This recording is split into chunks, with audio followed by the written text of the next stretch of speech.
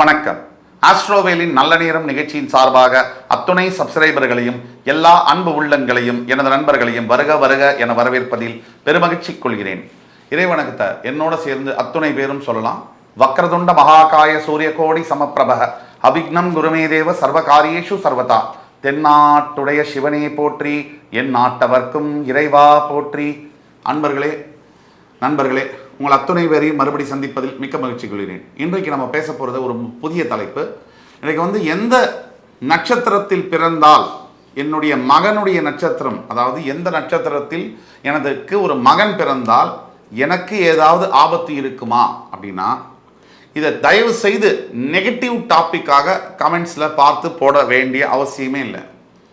அதாவது எல்லா இடத்துலையும் வாழ்க்கையில் கூட நல்லதும் கெட்டது இன்பம் துன்பம் இருக்கும். அதனால் நட்சத்திரங்களில் கூட சில சமயங்களில் பொதுவாக சில நட்சத்திரங்கள் தந்தையாருக்கு ஆபத்து தரக்கூடிய நட்சத்திரங்களாக இருக்கலாம்.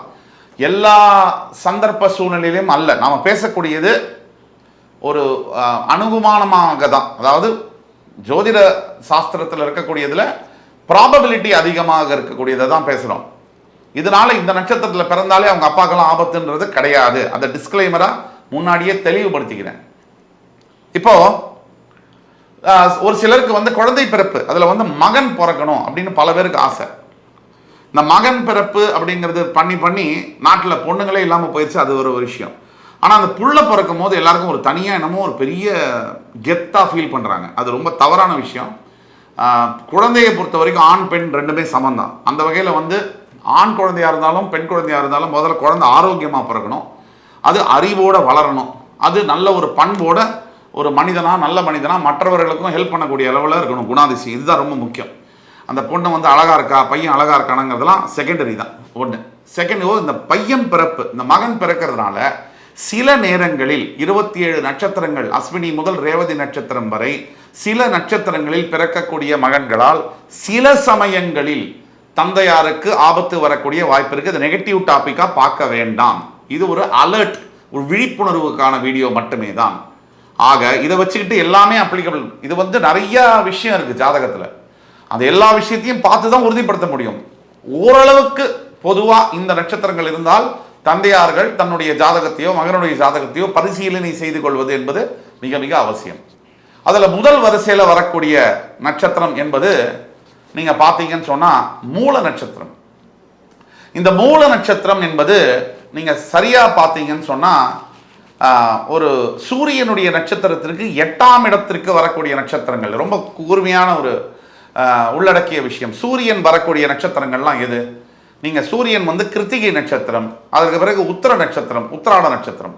இந்த நட்சத்திரங்கள்லிருந்து அஷ்டமஸ்தானத்தில் வரக்கூடிய நட்சத்திரங்கள், இந்த நட்சத்திரத்துக்கு 8ஆம் இடத்துக்கு வரக்கூடிய நட்சத்திரங்கள் எப்பவுமே சில சந்தர்ப்பங்களில் தந்தையாருக்கு நல்ல விதமான விஷயங்களை செய்வதில்லை.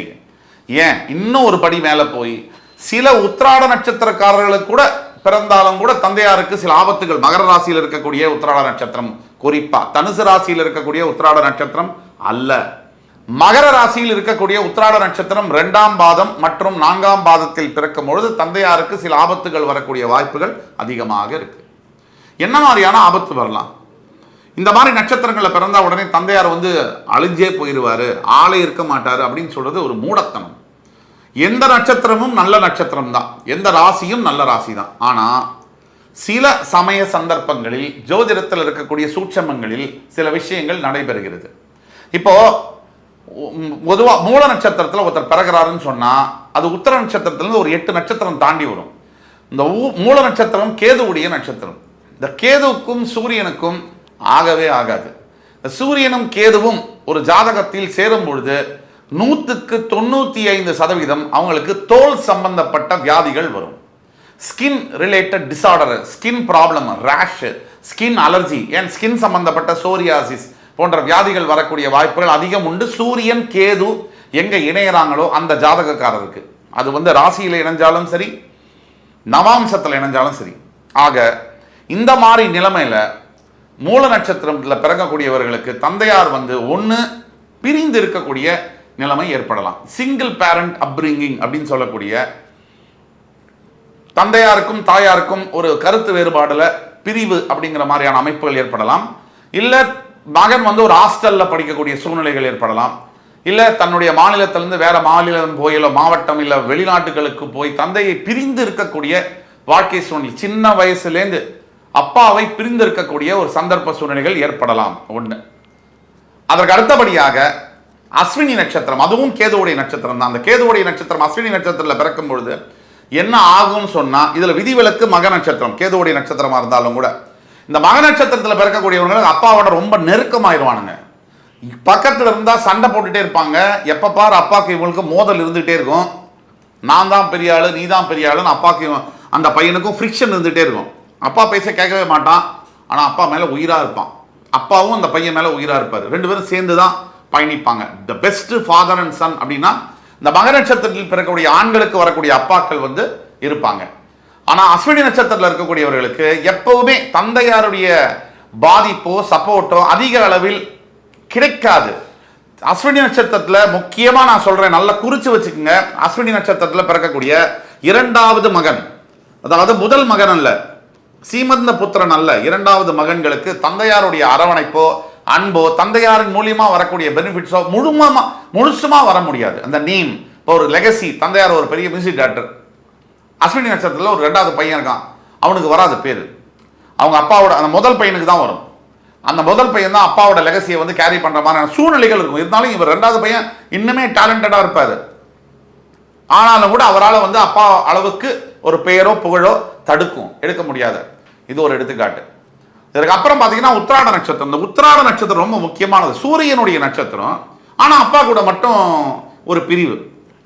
பெரும்பாலான உத்திராட நட்சத்திரத்தில் பிறந்த மூத்த மகன்கள், அதாவது முதல் மகன்களுக்கு நீங்க பார்த்தீங்கன்னு சொன்னா உத்திராட நட்சத்திரத்தில் பிறக்கும் பொழுது சிறு வயதிலேயே ஒன்று தந்தையை இழக்கக்கூடிய சந்தர்ப்பங்கள் ஏற்படலாம். எல்லோருக்கும் அல்ல, நிறைய பேருக்கு தந்தையை லூஸ் பண்ணக்கூடிய சந்தர்ப்பங்கள் ஏற்படலாம். அப்படி இல்லை அப்படின்னா தந்தையை பிரிந்து இருந்த ஊர்ல இருந்து வேற ஊர் தனிச்சு வீட்டை விட்டு ஓடி வராங்கன்னு சொல்லுவாங்க.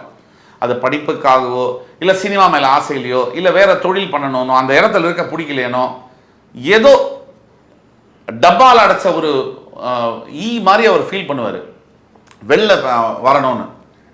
அப்படியாக உத்திராட நட்சத்திரத்தில் பிறந்த சில மகன்களுக்கு தந்தையாருடன் வாழக்கூடிய யோகியதை, தந்தையாருடன் வாழக்கூடிய பாக்கியம் அல்லது தந்தை சிறு வயதிலேயே விபத்தின் காரணமாகவோ இல்லை ஒரு வியாதிகளின் காரணமாகவோ தன்னை விட்டு பிரியக்கூடிய சூழ்நிலை என்பது ஏற்படலாம்.